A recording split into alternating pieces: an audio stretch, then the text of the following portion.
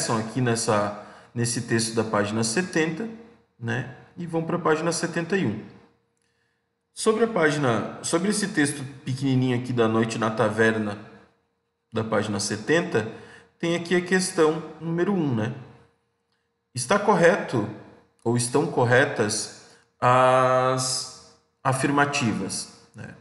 Na verdade, só a primeira está correta, tá? Por quê?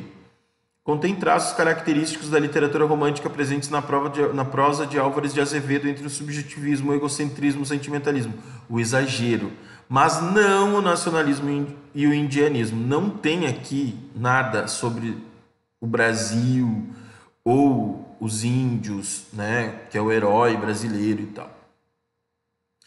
Temas mais frequentes na primeira geração. Aqui é segunda geração, é a morte, é o tédio pela vida, é a desgraça de viver. Por que a 2 não é? Idealiza figuras imaginárias, mulheres incorpóreas ou virgens, personagens que confirmam um amor inatingível. É que você não pode alcançar, mas nesse trecho, tá, a mulher está dormindo, a Condessa Bárbara está dormindo realmente ali na cama. Tá? Tematiza, isso daqui é correto se a gente pegar e generalizar, mas nesse parágrafo não, tá?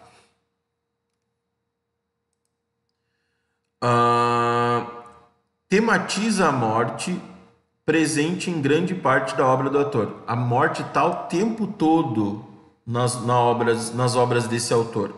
Só que nesse trecho é a mulher dormindo depois de uma orgia. Basicamente isso. E nós temos aqui o poema Mãe Penitente, que eu li para vocês na última aula e tal, né? Que a mãe tem vergonha, enfim, né? Sabe que o filho nasceu por uma obrigação que a mãe teve, né? Bem triste esse poema, na verdade. A fala do sujeito poético exprime uma das formas da violência simbólica denunciada por Castro Alves. Além dos maus tratos físicos, o poema denuncia a consequência. O bebê nasceu, um bastardo, né? Por que esse bastardo nasceu? A subjugação da mulher negra que serve aos desejos sexuais do senhor de engenho. Ela era uma escrava e tinha que ficar com o patrão obrigada, né? E disso surgiu um bastardo, um filho, né?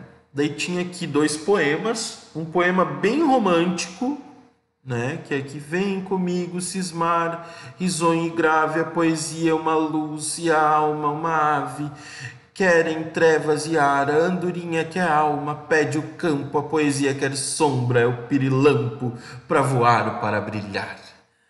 A poesia, né, um texto que fala de poesia, de fazer poesia, então é metalinguístico. Esse segundo texto, né, luz lapidada de ourive segredo, incorruptível brilho faz da sua chama meu ideograma. Aqui já é mais racional, né? A percepção poética. Essa imagem do primeiro poema é uma imagem exagerada, a imagem do segundo poema é uma imagem contida, racional. E é isso que os difere, né? Tem a diferença entre os dois, que é a letra B, né? Difere o quê? A percepção emotiva e a percepção racional. E o que os textos têm em comum? Os dois falam sobre fazer poemas, né? Metalinguística, ou seja, fazer um poema sobre fazer poesia. Metalinguística. Questão número 4, você tinha que ler o poema aqui, né? Senhor Deus dos desgraçados, né? Do Castro Alves também. E tinha que ver qual que é a errada, né? Tendo em vista o seu autor, Castro Alves, né? Poesia social, enfim, mais sensual quando se trata de mulher, né? E o período literário, o que pertence ao fragmento reproduzido. Assinale a opção que contém informação errada, certo? A informação errada é a letra D, tá? O lirismo subjetivo, abordando questões coletivas, lembra a sentimentalidade amena, típica do romantismo. O romantismo não é ameno, o romantismo é exagerado, é forte, tá? O romantismo nunca vai ser ameno, sempre vai ser dramático e forte. Beleza, turma? Então, a partir disso, vamos para o próximo capítulo, que é sobre o José de Alencar, certo? José de Alencar foi o principal autor romântico de prosa, ou seja, de romances românticos, né? Narrativas românticas, né? E é aquela coisa, né? No Brasil, no início do Brasil, né? Queriam que contassem histórias daqui. Então, por isso que ele acabou criando romances indianistas. Mas a gente vai falar disso daqui a pouco. Vamos falar primeiro de aspectos da obra desse maravilhoso autor aqui, ó, com essa barba linda. Isso aqui é ostentação de barba, né, gente? Vamos combinar que para ter uma barba assim é complicado, né? Então vamos lá. Modelo literário europeu, romance de folhetim. O que quer dizer um romance de folhetim? É que toda semana saía em um jornal um capítulo, tá, de um romance do José de Alencar. Era um romance de folhetim. Os folhetins eram esses jornais, certo? Então toda semana eram publicados, dependendo da periodicidade de determinado jornal. Podia ser toda semana, a cada 15 dias, podia ser mensalmente, dependendo de cada jornal, né? Da tiragem e da periodicidade de cada jornal. Esse esquema do romance de folhetim vai persistir durante muito tempo no Brasil, até hoje, na verdade, porque a novela brasileira, que é super difundida no mundo, né? Todo mundo admira a novela brasileira, vem do folhetim, que são capítulos diários de uma história romântica e clichê. Projeto nacionalista que buscava a valorização da cultura nacional e a legitimação da arte, de uma arte brasileira. Então ele vai começar com um herói brasileiro, vai tentar transformar o indígena em um herói brasileiro, contando histórias sobre o heroísmo dessa figura, né? Então, um projeto nacionalista, tentar fortalecer o Brasil enquanto nação e enquanto cultura também. Mesmo pouquíssimas pessoas tendo acesso à cultura durante o século XIX. Idealização das personagens e do espaço nacional. São paisagens idealizadas, são lugares inacreditáveis no meio da floresta, né? Lugares lindos demais. Então, idealização não só das personagens, mas do espaço, né? Do Brasil, enfim, um lugar perfeito, uma terra utópica. E o personagem nem se fala, era um herói intocável, né?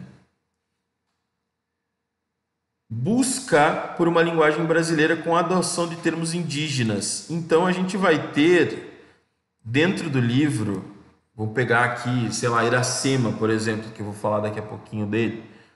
Em Iracema, a gente tem, numa página, nós temos 2 parágrafos de narrativa e 10 parágrafos de nota de rodapé para você entender o que foi dito naqueles 2 parágrafos. Por que isso? Porque ele usa muitos termos de Tupi-Guarani. Então, coisas que não são fáceis de compreender assim pelo contexto, sabe? Você tem que saber o significado daquela palavra realmente. Então tem um glossário junto, embutido no livro. Adoção na prosa, né, de imagens e procedimentos típicos da poesia. Por mais que seja uma narrativa, seja uma prosa, vamos ter muitas metáforas, tá? Muitas hipérboles, que são figuras de linguagem comuns no poema, na poesia, né? Então são figuras de linguagens comuns da poesia. E a gente vai ter isso dentro de uma narrativa. Tipos de romances alencarianos. Temos o romance indianista, tá? São prosas ambientadas em meio à natureza selvagem, que visavam construir uma imagem heróica do indígena. O indígena não é um herói. Ele não quer, pelo menos, parecer um herói. Ele tem um senso de honra diferente. Ele é um guerreiro. O herói é aquele ser perfeito, é um guerreiro também e tal. Só que tem aquela coisa da mulher amada, da busca pela mulher amada. E a gente sabe que a sociedade indígena não é bem assim. Existem várias tribos diferentes e sensos e costumes diferentes, não é mesmo? Ó, aqui tem uma imagem, né? Caboclo indígena civilizado, de Jean-Baptiste Debré. O Debré é um artista que passou pelo Brasil para documentar costumes brasileiros. E aqui, né, nós temos um desses costumes sendo retratados. Também ele vai fazer romances históricos que trazem como pano de fundo fatos da história do Brasil, né? Desde o descobrimento, né, até o século XIX, muita coisa aconteceu. Então ele retrata todas as guerras, enfim, que o Brasil passou. Fatos históricos, realmente. Romances regionalistas são romances mais voltados para aquelas micro-regiões. Por exemplo, o gaúcho, né? Um romance do sertanejo que vive naquele contexto, né? Não sertanejo de música, né, gente? Eu estou falando do sertão, né? Daquela figura do homem do campo, né? Vai retratar esse cotidiano também. E claro, os romances urbanos. Os romances urbanos vão refletir aquela corte do Rio de Janeiro, aquele lugar em que tudo acontece, né? E claro, todos esses tipos de romances aqui vão ter aqueles clichês de romances lá do século XIX que persistem nas novelas da Globo até hoje, que é o amor impossível, o ódio entre famílias, né? Ou vai ter o vilão um final muito trágico, o vilão vai ter um final muito trágico, ou ele vai virar do bem, né? E os personagens principais, eles são perfeitos, só que eles enfrentam vários obstáculos ao longo do romance, né? Para conseguirem o quê? Para conseguirem o felizes para sempre, tá? Então a gente sempre vai ter, dentro de um romance romântico, a ideia do felizes para sempre. Por mais clichê que ela seja. Então vai ter sempre a distinção corretinha entre o bem e o mal, certo? Vai ter o núcleo do bem, vai ter o núcleo do mal. O que diferencia o conto do romance é exatamente isso: a quantidade de núcleos de personagens. No romance nós temos vários núcleos de personagens. No conto tem só apenas um núcleo de personagens. Aqui tem uma representação do Debré também do Rio de Janeiro do século XIX, né? De como era o cotidiano. Lembrando que esse cotidiano retratado pelo nosso querido José de Alencar vai ser um cotidiano idealizado, sabe, mantendo as aparências e tal. Tem um livro só que eu vou falar dele mais pra frente, que não é tão românticozinho assim não, tá? Iracema, tá? É um anagrama de América. Se você arranjar todas essas letras aqui, Iracema se torna América. Então, o romance Iracema é um símbolo, tá, da colonização, porque um português chamado Martim, um bandeirante, né, vem tentar desbravar as terras indígenas do Brasil e acaba encontrando Iracema, que é a virgem dos lábios de mel, com os cabelos mais negros que a asa da graúna. Um trechinho super famoso de como era Iracema. A Iracema, ela era um ser perfeito. Ela era linda, maravilhosa. E é claro que o Martim, esse guerreiro colonizador, ia se apaixonar por ela. E é claro também que o amor deles era impossível, né? Tanto pelos costumes dos indígenas, quanto pelo próprio povo português, né? A Iracema, ela era a única que podia criar uma espécie de elixir que existia naquela tribo, né? Ela era a virgem dos lábios de mel.